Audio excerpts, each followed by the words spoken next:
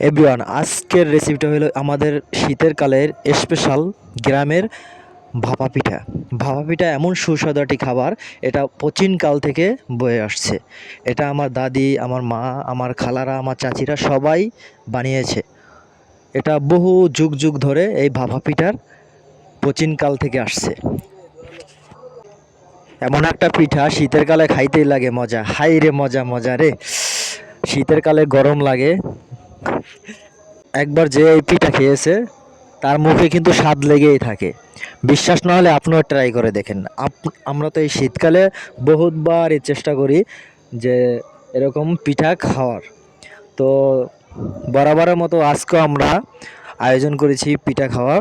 তো পিঠা বানাইতেছে আমার ওয়াইফে। তো খুব মজা হবে, দেখতেই পাইতেছি।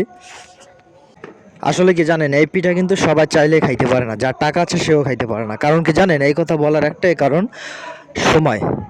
সময় গ্রামের বাড়িতে বা যে কোনো জায়গায় থাকে না কেন, মেইন হয়েছে যে মানুষটা কষ্ট করে আপনাকে পিঠা বানিয়ে খাওয়াবে সেই মানুষটা হয়তো বা আপনার পাশে নেই, সেই মানুষটা হয়তো বা নাই। তাই তো হয়তো বা আপনার মা আপনাকে খাওয়াইতো, আপনার মা অনেক দূরে, আবার ওয়াইফ খাওয়াইতে পারে কিন্তু সে পারতেছে না।